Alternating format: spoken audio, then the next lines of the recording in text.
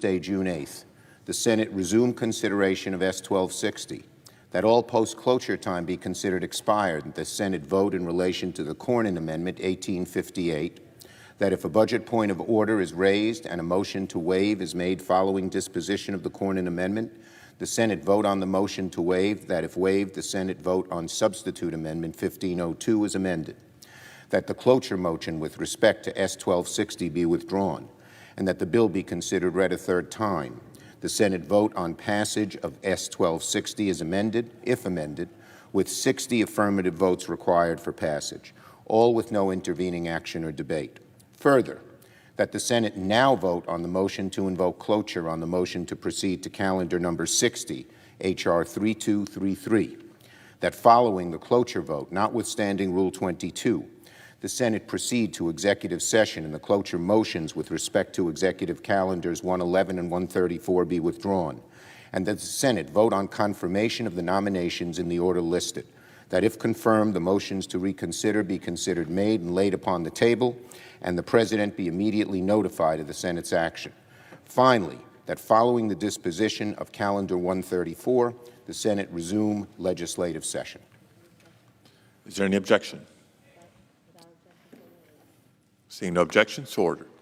Thank you, Mr. President. I ask consent to use leaders' remarks. I'm going to no. I thought you were going to speak after.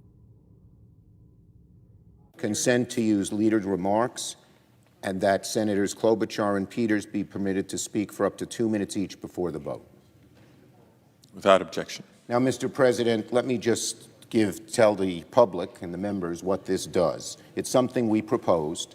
It assures that there's a vote on the January 6th commission in the next hour.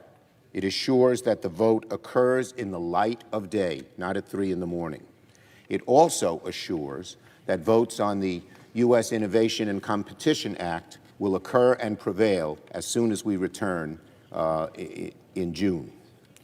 This is a good solution because we get to vote on the commission.